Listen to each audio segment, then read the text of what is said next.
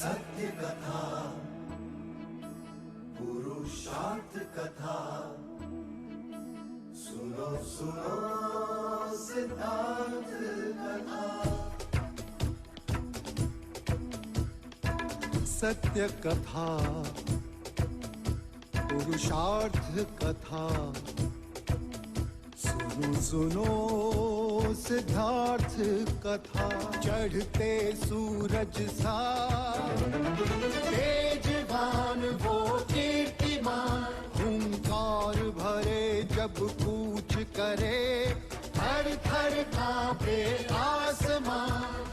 वो राजपुत्र वो शूरवीर, पर्वत को भेद दे उसके तीर, शांति का स्रोत करुणा की धार, निर्झर झरे मन से अपार।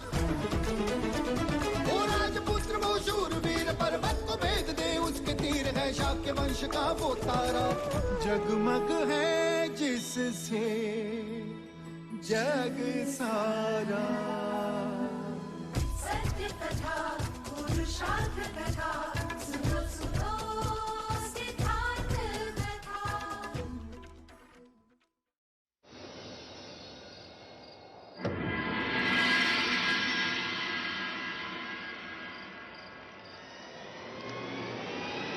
कौन है? कौन है? कोई राजप्रसाद के अंदर घुस आया है।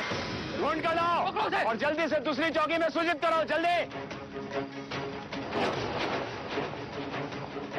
नई नगरी से कुछ लोग राज परिसर में घुसने का प्रयत्न कर रहे हैं।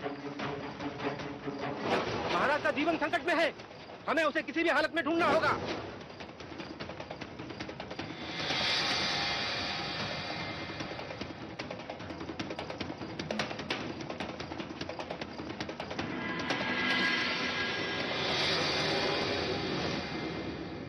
महाराज, नगरकोट की भित्ति फांदकर कोई शत्रु घुस आया है। कोई शत्रु नहीं, आप ही की प्रजा है महाराज। गांव तो छीन लिया, अब सांसें भी छीनना चाहते हैं आप। क्या बोल रहे हो तुम?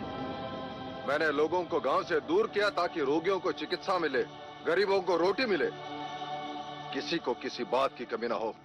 जितना छीना है उससे अधिक देने का प्रयत्न किया मैंने। और सच्चाई तो ये है महाराज, वहाँ अन्न का एक दाना तक नहीं है, भूखा लोग मर रहे हैं वहाँ। अपने प्राणों पर खेल ये यात्रा सुनाने आया हूँ महाराज। किसी भी चढ़ुआ मृत्यु।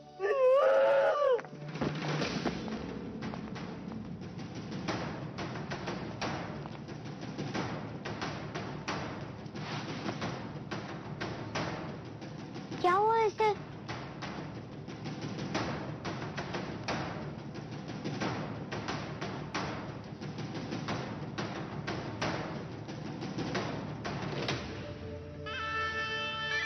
आंखें खोलो।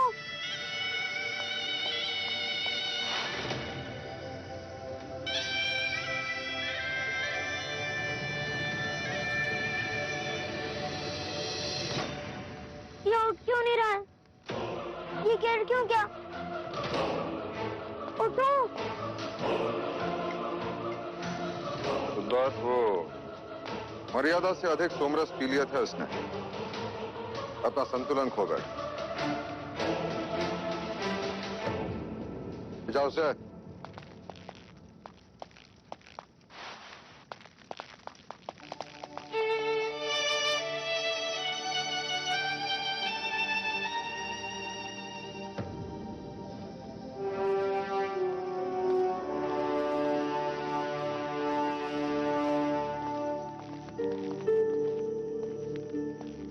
माँ, ये सोमरस क्या होता है?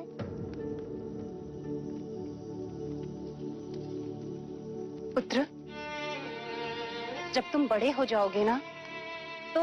माँ, हर बात को समझने के लिए बड़ा होना आवश्यक है। हर प्रश्न को आयु के अनुसार ही समझा जाता है। जब हर प्रश्न का उत्तर बड़े होने के पश्चात ही मिलना है, तो इस आयु में मुझे ये प्रश्न क्यों आते हैं माँ?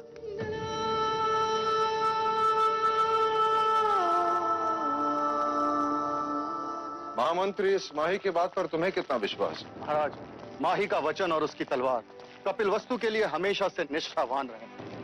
यदि आज वो रोगी नहीं होता तो हमारी सेना का नेतृत्व कर रहा होता। द्रोणोदन।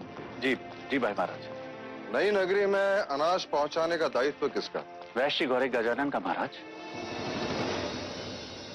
ये वही वैश्य है जो उस दिन न्याय सभा में असत्य बोलते पकड़ा गया था? जी महाराज। कल उसे न्याय सभा में प्रस्तुत किया जाए। जो आज्ञा महाराज।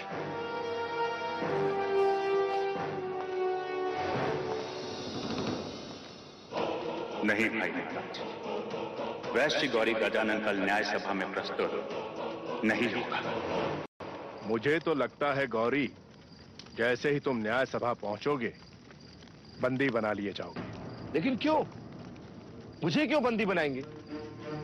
मेरे पास तो महाराज ही का आदेश है जिसमें स्वयं उन्होंने नई नगरी में अनाज पहुंचाने पर रोक लगाई है।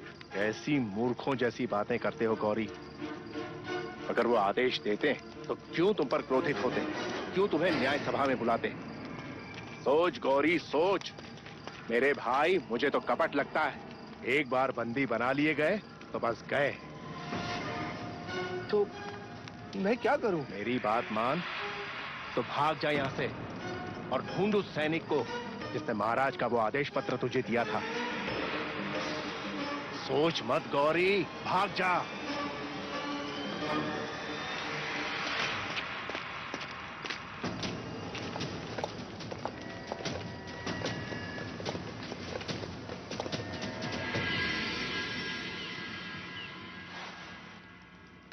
क्या वैश्य गौरी गजानन उपस्थित हैं? जी नहीं महाराज। सैनिकों ने राज्य के हर कोने में छानबीन की, किंतु गौरी गजानन की कोई सूचना नहीं मिली। कदाचित वो राज्य। क्या उसकी अनुपस्थिति उसके अपराधी होने की पुष्टि नहीं? जी महाराज। इसके लिए शाक्य न्याय में क्या प्रावधान है? जब तक गौरी नहीं मिलता महाराज, तब तक इस विषय को स्थगित कर दें। ऐसे कैसे स्थगित कर दे अमात्य? ये राजद्रोह का प्रश्न है, महाराज की आज्ञा का उल्लंघन है। न्याय तो होना ही चाहिए। हाँ महाराज, प्रश्न जब राजद्रोह का हो तो न्याय तुरंत होना चाहिए। महाराज, इसके पहले कि मैं आगे कुछ कहूं, आपको अभय वचन देना होगा मुझे। अभय वचन? जी हाँ महाराज।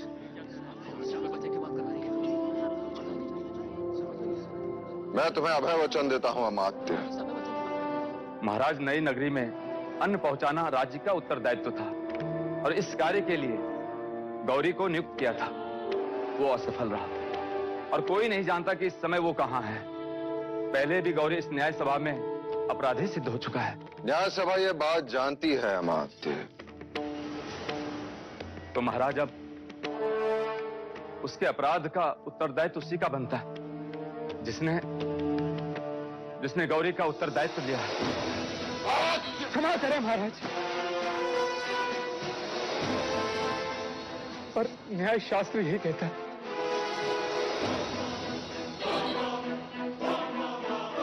तुम्हारा संकेत युवराज सिद्धार्थ की ओर है। भाई महाराज, आप क्रोधित ना हो और इसे क्षमा कर दीजिए। भाई महाराज, कदाचित अमात्य ठीक कह रहा है। हमें इस न्याय को स्थगित कर देना चाहिए। नहीं द्रोणोदन, न्याय होगा, अवश्य होगा। परंतु भाई महाराज, युवराज सिद्धार्थ तो बालक हैं। वो कैसे गौरी के अपराध के उत्तरदायी हुए? उत्तरदायित्व लेने वाले को कल दंड गृह में प्रस्तुत किया जाए। न्याय वही होगा।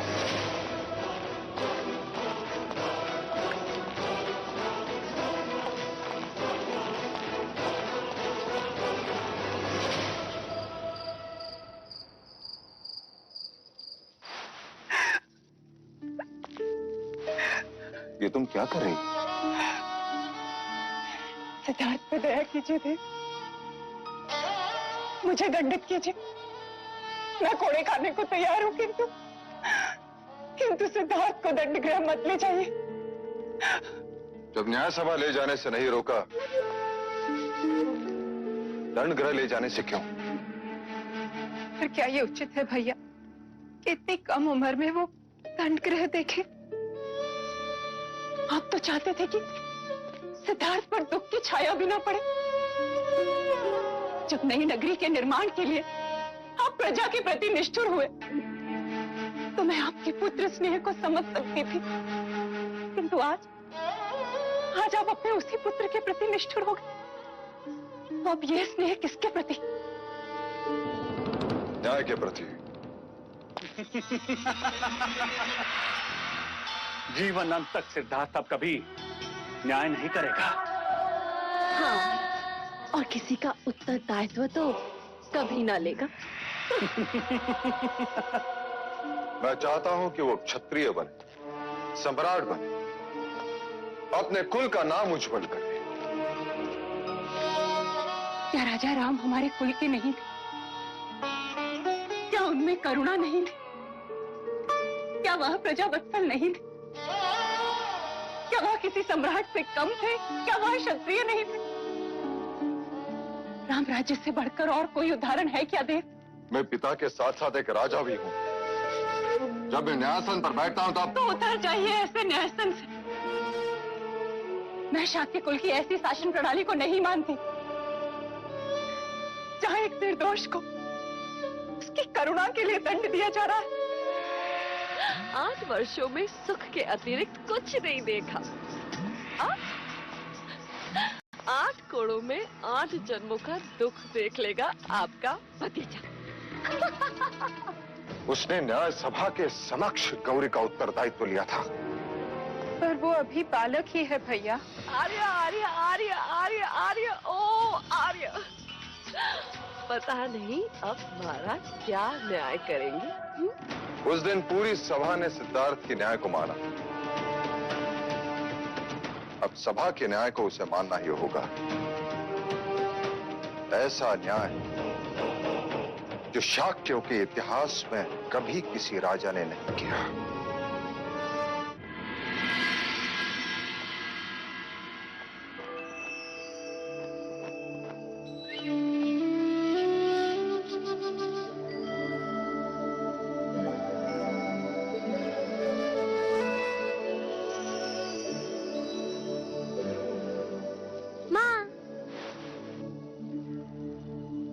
सुबह से ढूंढ रहा था तुम्हें और तुम यहाँ हो। तुम रो क्यों रही हो माँ?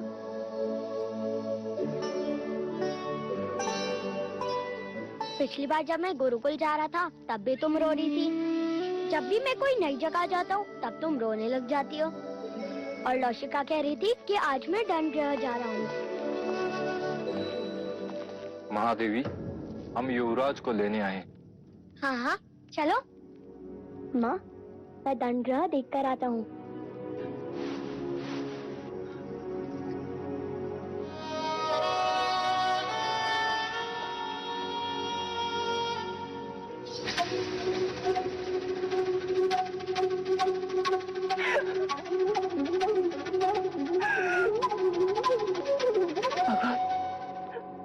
भगवान मेरे सिद्धार्थ की रक्षा करना।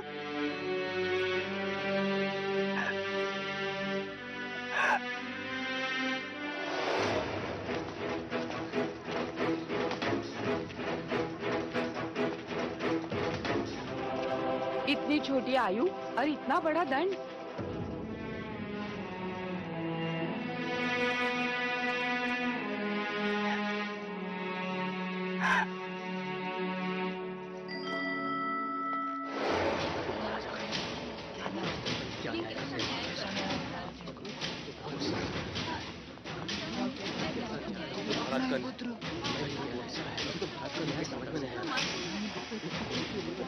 दंडगृह में इतनी भीड़ कैसी? महाराज, ये भीड़ न्याय की विनती के लिए है। कृपा कर आप अपने न्याय को स्थगित करते महाराज। हाँ भाई महाराज, मैं आकाश पाताल लेकर उस वैश्य गौरी को ढूंढ निकालूंगा। उत्तरदायित्व लेने वाले को उपस्थित किया जाए।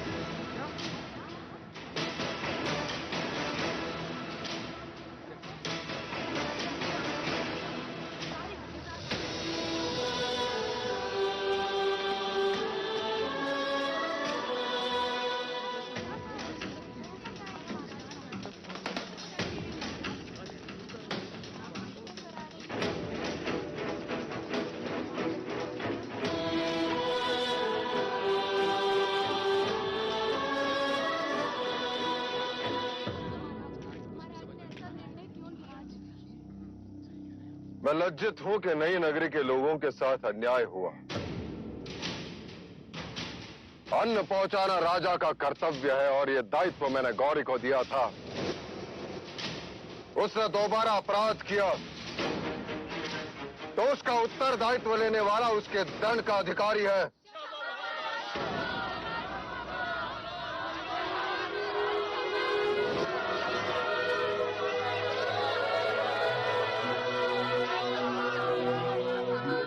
क्षमा कीजिए महाराज, न्याय सभा में आपने एक राजा बनकर सोचा, आप एक पिता बनकर सोचिए।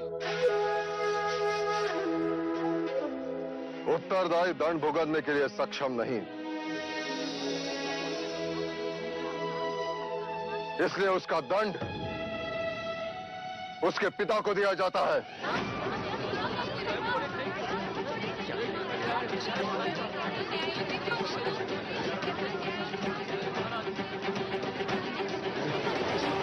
भाई महाराज, आप ये क्या कह रहे हैं? दंड देना राजा का धर्म था और दंड भुगतना पिता का धर्म है। परंतु महाराज, इसका युवराज सिद्धार्थ पर क्या असर पड़ेगा?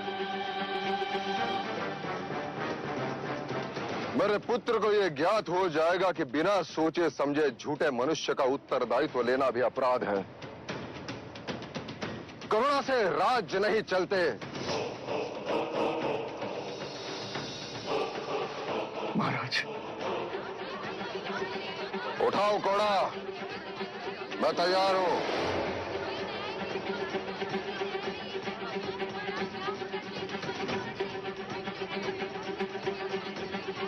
कोड़ा उठाओ, अन्यथा तुम्हें भी दंडित किया जाएगा।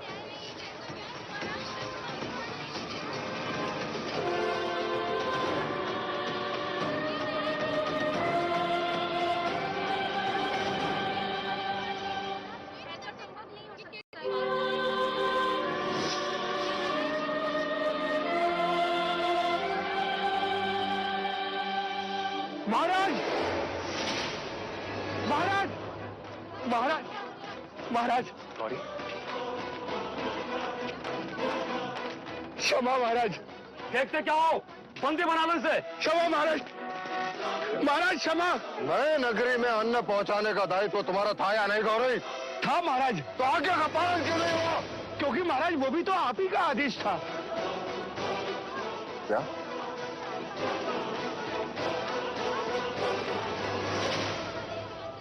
मेरा आदेश? हाँ महाराज, ये देखिए, ये रहा आदेश पत्र।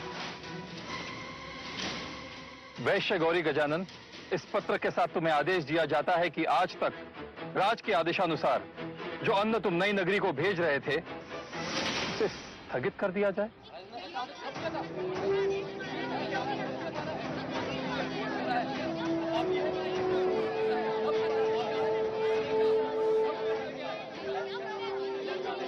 ये पत्र खोटा है, मैंने ऐसे कोई आदेश नहीं दिया।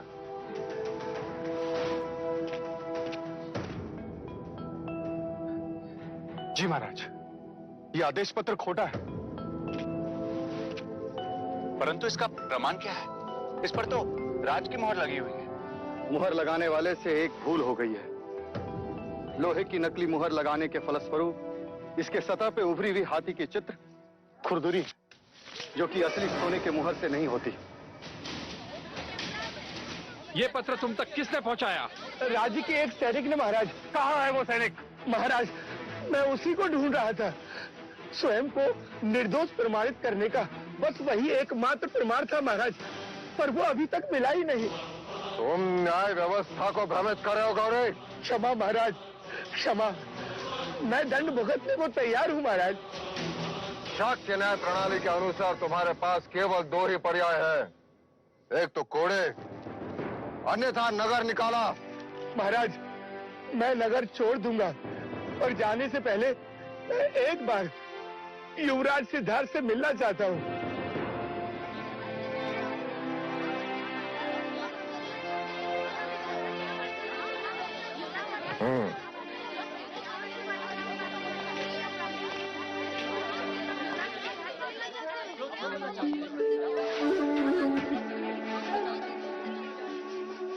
आपने मुझे सत्य के मार्ग पर चलना सिखाया। आपका विश्वास बना रहे, इसलिए मैंने किसी भी तरह का लालच न करके कोई भी छल कपट नहीं किया। सत्य स्वयं प्रकाशित होता है। आज नहीं तो कल अपराधी अवश्य दंड पाएगा।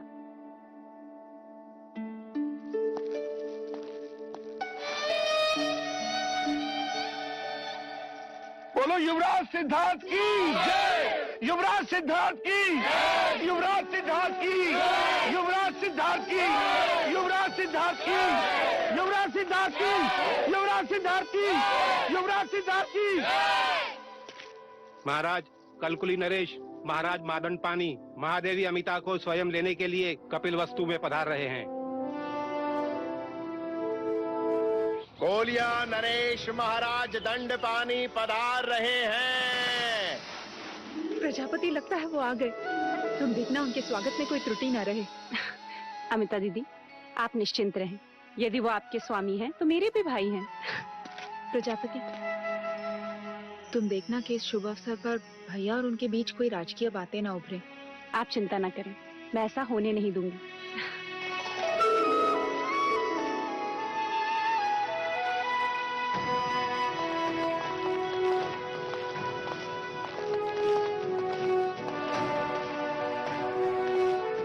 कपिल वस्तु में कोलिया नरेश महाराज दंड पानी के आगमन से हमारा अभिमान और बढ़ गया है। स्वागत है आपका। कदाचित आप संबंध भूल रहे हैं महाराज। कोलिया नरेश इस घर के जमाई हैं। और एक जमाई ससुराल स्वागत का अवसर कैसे जाने दे सकता है?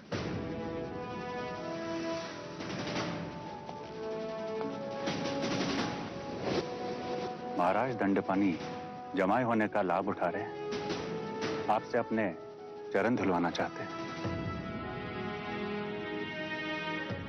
तशला लाइए। चरण प्रक्षालन के बाद ही जमाई भीतर कदम रखेंगे।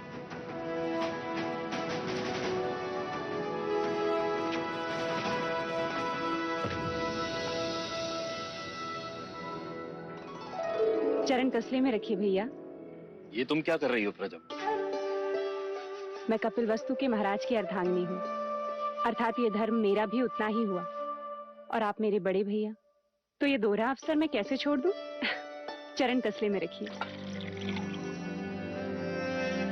नहीं प्रजापति, तुम भली भांति जानती हो कि कोलिये पुत्रियों और भगिनियों से चरण स्पर्श नहीं कराते। रहने दो।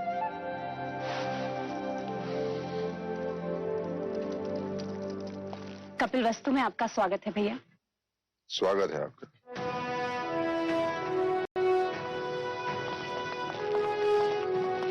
जैसे समाज को सही मार्गदर्शन देना ब्राह्मण का कर्तव्य है, वैसे ही समाज की रक्षा करना क्षत्रिय का कर्तव्य है। और क्षत्रिय बिना शस्त्र के अधूरा है।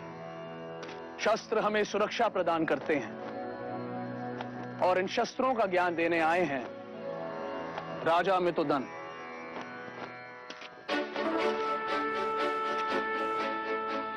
आज हम धनुर्विद्या सीखेंगे। ये कमान है, इसे प्रत्यंचा कहते हैं। और ये है तीर। इस तीर को इस कमान पर रख लक्ष्य निश्चित कर इस तरह प्रत्यंचा को खींच छोड़ते हैं। ये तो सरल है, इससे तो उड़ते पक्षी भी गिर सकते हैं। हाँ कुमार देवदत्त, परंतु ये विद्या निरंतर अभ्यास से ही प्राप्त होती है।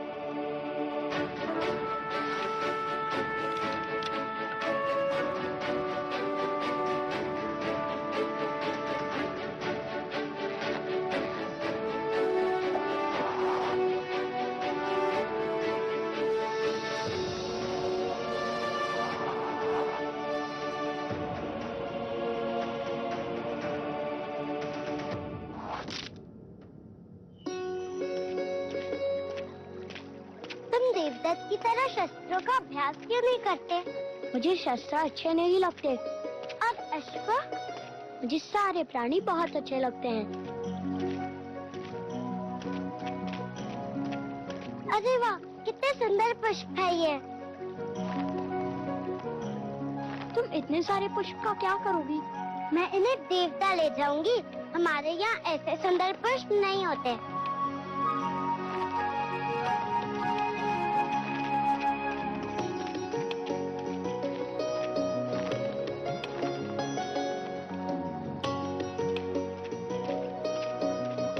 ये लीजिए।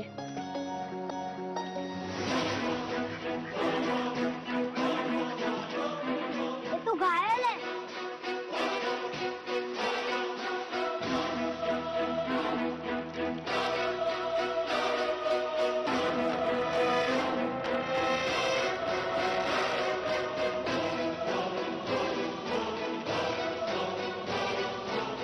देखा सिद्धार्थ, मैंने उड़ते पक्षी को मार गिराया। ले लो, मैं राजा अमितोदन को दिखाऊंगा।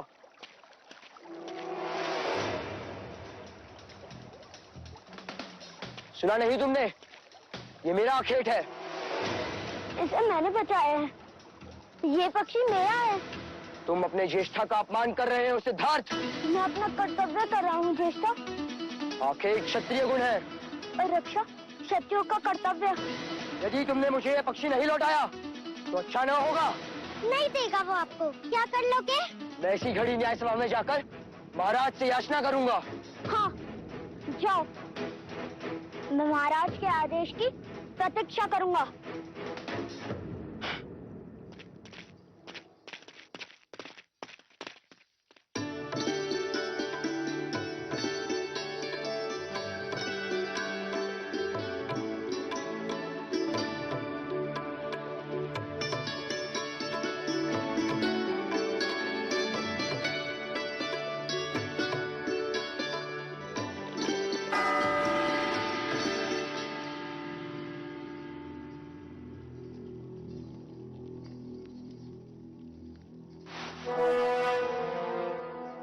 द्रोणोदन, ये न्याय घंट किसने बजाया? मैंने महाराज। महाराज, मुझे न्याय चाहिए। देवदत्त, क्या बात है देवदत्त, तुम इतने क्रोधित क्यों हो? आप ही बताइए महाराज। मैंने तीर चलाया, एक पक्षी का आखेट किया, तो उस पर किसका अधिकार हुआ? ये तो उजाले में परछाई जैसी सरल बात हुई। जिसका तीर आखेट उसी का। महाराज, आखेट मैंने किया, पर युवराज सिद्धार्थ ने वो पक्षी मुझसे छीन लिया। मुझे अपना अधिकार चाहिए।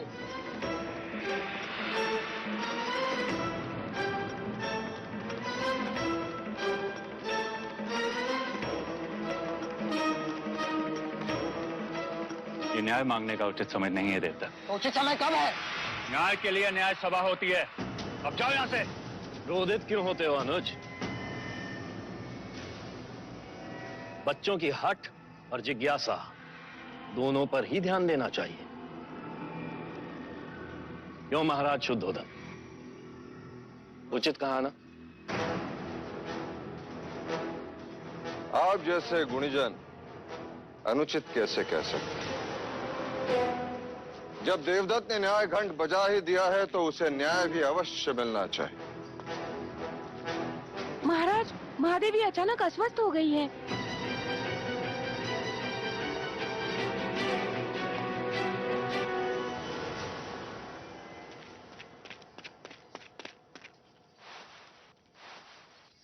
क्या हुआ माँ? आंखें खोलो। क्या हुआ इन्हें? सुबह प्रार्थना करते समय अपना संतुलन खो बैठी और गिर गई। माँ, क्या आपने भी माही जैसे सोमरस पान किया था जो गिर गए?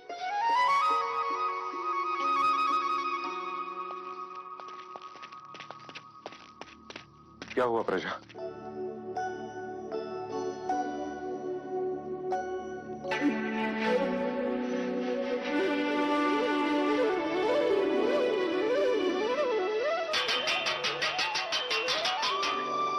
समाचार है भैया, इस बुआ को एक और अवसर मिलेगा नामकरण संस्कार में आने का।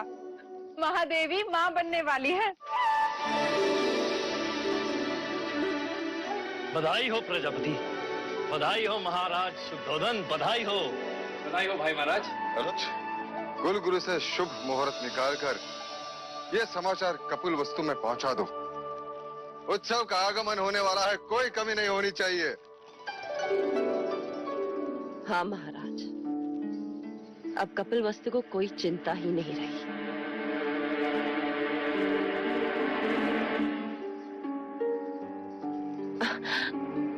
अब यदि असित मुनि की वाणी सत्य भी होती है तो भी राजे को भयभीत होने की कोई बात ही नहीं। नया उत्तराधिकारी जो आने वाला है, क्यों महादेवी, है ना?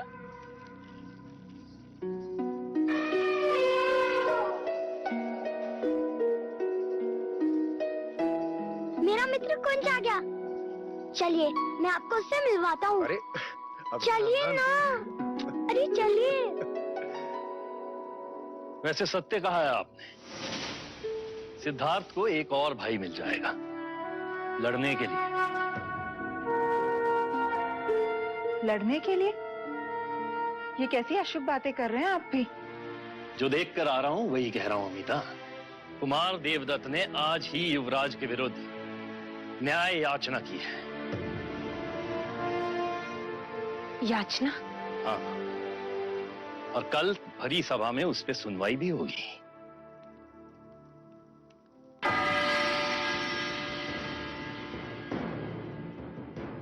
कहो कुमार देवदत्त, आप दरबार से क्या न्याय चाहते हैं? महाराज, मैंने पक्षी का आखेट किया, वो पक्षी मेरा हुआ। महाराज, ये पक्षी मुझे घायल अवस्था में मिला, मैंने इसकी रक्षा की, अब ये मेरे पास रहेगा। तो अब यह न्याय करना है कि ये पक्षी किसे दिया जाए, जिसने उसे घायल किया उसे या जिसने उसकी रक्षा की उसे। आखेट करना तो क्षत्रियों का गुण धर्म है युवराज। निर्बल की रक्षा करना क्षत्रियों का कर्तव्य है महाराज। पक्षी देवदत्त के तीर से घायल हुआ, ये तो मानते हो ना तुम? पर अब ये मेरी शरण में है, ये बात आप मानते हैं या नहीं? मुझे तुम्हारी क्षत्रियता पर संदेह है। और मुझे तुम्हारी मनुष्यता पर। घायल करने से पीड़ा होती है, चित्कार उठता है, पर रक्षा करने से स्नेह बढ़ता है। जगत में स्नेह बढ़ना चाहिए या पीड़ा? जिस तरह हर बादल से पानी नहीं बरसता, जिस तरह हर वर्ष खेत में एक सा अनाज नहीं उगता, जिस तरह मनुष्य की पांचों उंगलियां एक सी नहीं होती, उसी तरह आखेट भी हर क्षत्रिय का गुण धर्म नहीं हो सकता। सच्चा क्षत्रिय रक्षक होता है, ऐसा आचार्य कहते हैं। धर्म रक्षा क्षत्रिय धर्म, जीव रक्षा परमो धर्म।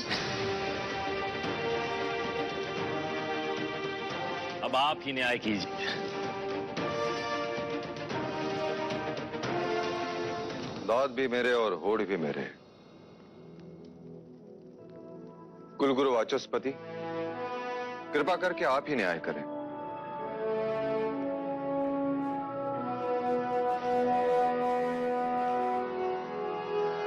राजन, प्रश्न यह है कि इस पक्षी पर अधिकार किसका है? एक ने क्षत्रिय गुण धर्म दिखाए और एक ने क्षत्रिय धर्म।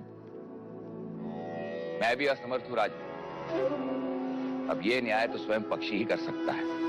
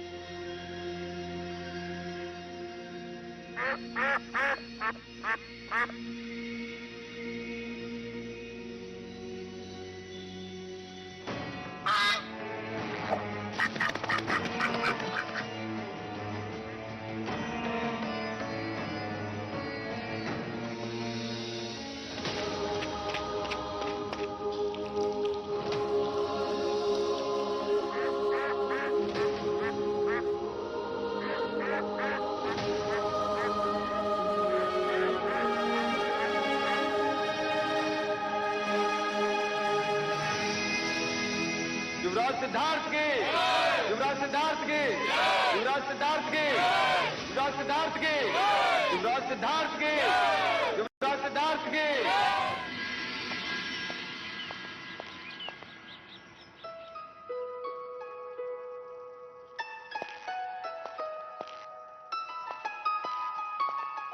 ये सब क्या है प्रजापति?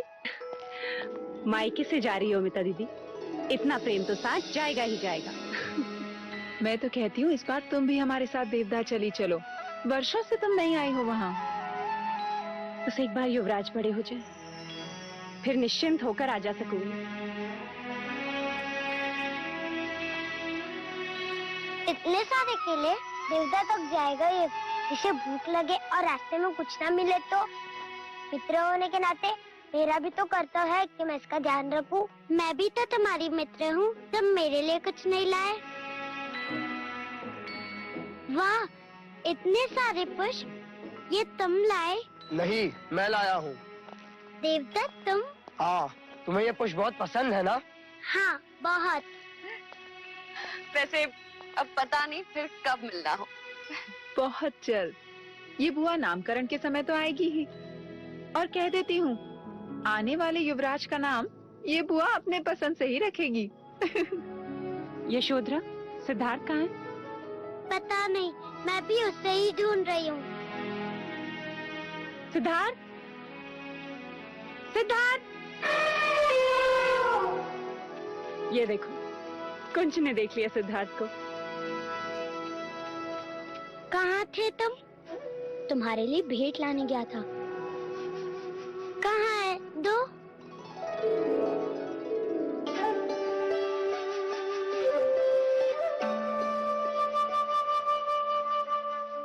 ये क्या है? एक जंगल है। ये तो बीज है। ये कोई भेंट करने की चीज है? हमारे आचार्य कहते हैं हर आंख में कई सपने होते हैं। हर आंसू में एक समुद्र होता है। हर तलवार में एक सीना छुपी होती है। उसी तरह हर बीज में एक जंगल छुपा होता है। इन्हें बोओगी तो सारा देवता पुष्प से खिल जाएगा।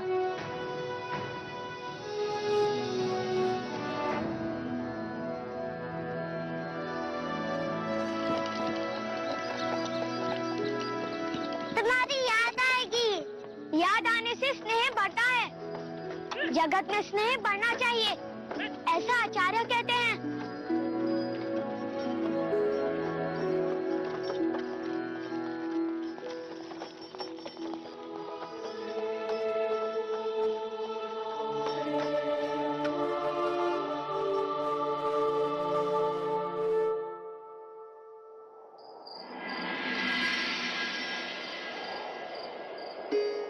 महादेवी, आपकी औषधि का समय हो गया है। लौशिका, औषधि बाद में, पहले तू तेल लगा। ठीक है।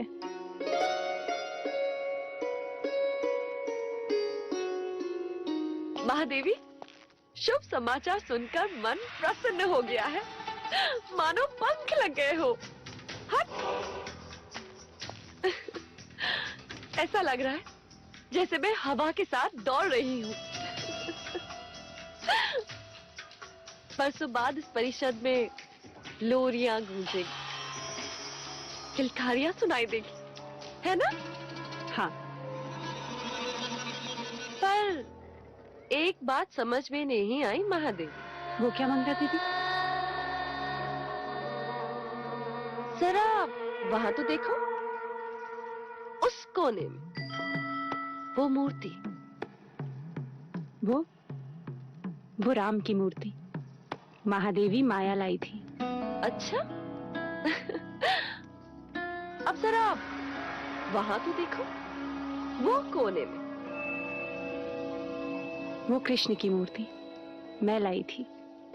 अब जरा दोनों मूर्ति को एक ही समय एक साथ देखो तो।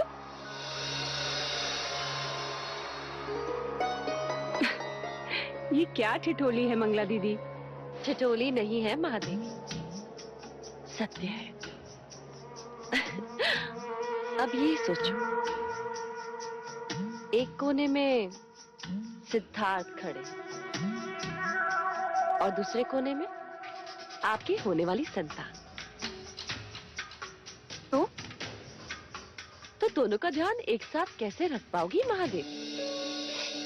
तो दोनों मेरी 2 आंखें होंगी मंगला दीदी।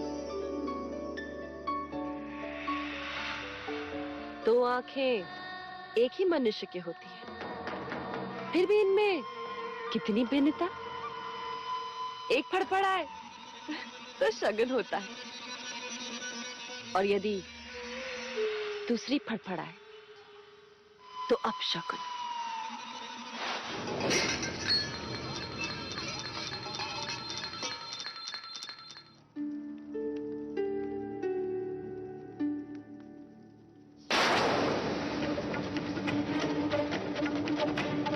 केवल सिद्धार्थ को देखोगी तो अपनी संतान के साथ अन्याय करोगी, और केवल अपनी संतान को देखोगी महाराज को दुख पहुंचाओ। राजा, मुझे वचन दे कि तू मेरे सिद्धार्थ को उसकी सगी मां बनकर पालेगी। सिद्धार्थ को एक और भाई मिल जाएगा लड़ने के लिए। ये संतान हर शर्त आपके आगे प्रश्न बनकर खड़ी रहती महादेव। मुझे वचन दे कि तू मेरे सिद्धार्थ के सारे इच्छाएं पूरी करेगी।